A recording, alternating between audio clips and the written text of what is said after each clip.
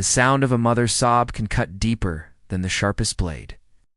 And that is exactly what echoed through the dusty courthouse that day, when a trembling widow fell to her knees, clutching her son. "Please, don't take my child away," she cried, her voice breaking under the weight of despair. Her name was Clara. She had lost her husband in a tragic accident the year before. A hard-working man who left behind little more than debts and a small boy named Tommy. Life had been relentless since then. With no steady job in the land they once farmed, sold to cover bills, Clara struggled to keep food on the table. And now, because she had missed a month's rent and owed more than she could pay, the authorities were threatening to take Tommy into foster care. The townspeople watched with heavy silence. Some shook their heads in pity, others whispered that perhaps the boy would be better off elsewhere. But Tommy, only 6 years old, clung to his mother's tattered dress with tears streaming down his cheeks. "Mama, I don't want to go," he whimpered. Standing in the back of the room was a man few dared to approach. Ethan Blackwood, the silent rancher, a tall, broad-shouldered figure with weathered hands and a face carved by years of sun and hardship. People said he'd lost his wife and child long ago in a fire, and from that day he rarely spoke. He lived alone, tending his ranch on the outskirts of town. To most, he was a shadow present, but distant. But as Clara's cries filled the room, Ethan's piercing eyes softened. Something in the widow's desperate plea, something in the way that boy clung to hurt, stirred an ache buried deep inside him. Memories of the fire, of his own little girl's laughter, of the emptiness that followed. "Die." The judge cleared his throat, preparing to deliver the ruling. "Mrs. Miller, while the court sympathizes with your situation, the welfare of the child must come first." Without stable housing or income, custody will before he could finish. A chair scraped against the wooden floor. All eyes turned as Ethan Blackwood rose to his feet. He walked forward with steady, deliberate steps, his boots echoing in the hushed chamber. Clara's breath caught in her chest as the silent rancher stood beside her. "I'll take them," Ethan said finally, his deep voice rumbling like distant thunder. The room gasped. Clara looked up, startled. "What?"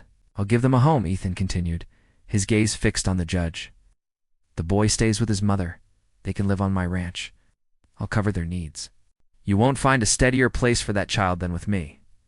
The judge adjusted his glasses, surprised. "Mr. Blackwood, this is highly irregular.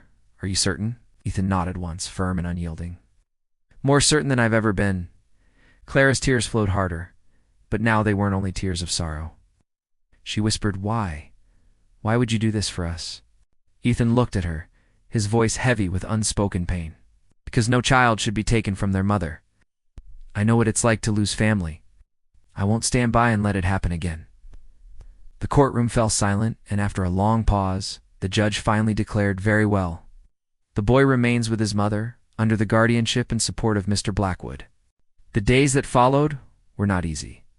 Clara was hesitant, at first grateful, yes, but wary of the man who had opened his home to them. She worked tirelessly around the ranch, cooking meals and helping with chores to repay Ethan's kindness. Tommy, though shy, quickly found joy in the wide-open fields, chasing chickens and riding on the old ranch horse. And Ethan, though still a man of few words, began to change. He would watch Tommy play with a faint smile tugging at his lips, or listen quietly to Clara humming as she cooked. Slowly, the hollow silence that had consumed his life was filled with the warmth of family once again. There were struggles, of course. Clara's pride often clashed with Ethan's stern ways. She didn't want charity. She wanted dignity. Ethan, unused to companionship, sometimes withdrew into silence. But with each challenge, they found common ground through late-night talks on the porch, through shared work in the fields, through their mutual love for Tommy. One evening, as the sun dipped low and painted the sky in shades of gold, Clara watched Ethan teaching Tommy how to rope a calf. The boy's laughter echoed across the land, and Ethan's quiet chuckle followed. Clara's eyes filled with tears again, but this time they were tears of hope. She walked over, her heart trembling. "Ethan, I don't know how to thank you." He met her gaze, his voice low but steady. "You already have." Years passed. The ranch became more than just a place to live. It became a home, a sanctuary of love and healing. Clara found work managing the ranch's accounts. Tommy grew strong and bright under Ethan's guidance. And Ethan himself discovered that family wasn't something you lost forever. It was something you could rebuild, even from ashes. The day Tommy graduated from school, he stood tall, his mother's hand in one and Ethan's in the other. "You saved us," he told Ethan, his voice choked with emotion. "You gave us a life." Ethan shook his head softly. "No, son, you gave me one."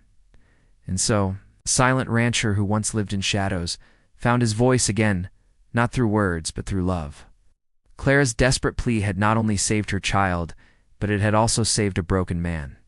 The story of their lives became a quiet testament whispered through the town that compassion can turn strangers into family, and that sometimes the most powerful acts of love come from those who speak the least. Because on that day in the courthouse when Clara cried, "Please don't take my child away," someone listened on, stepped forward, and that changed everything.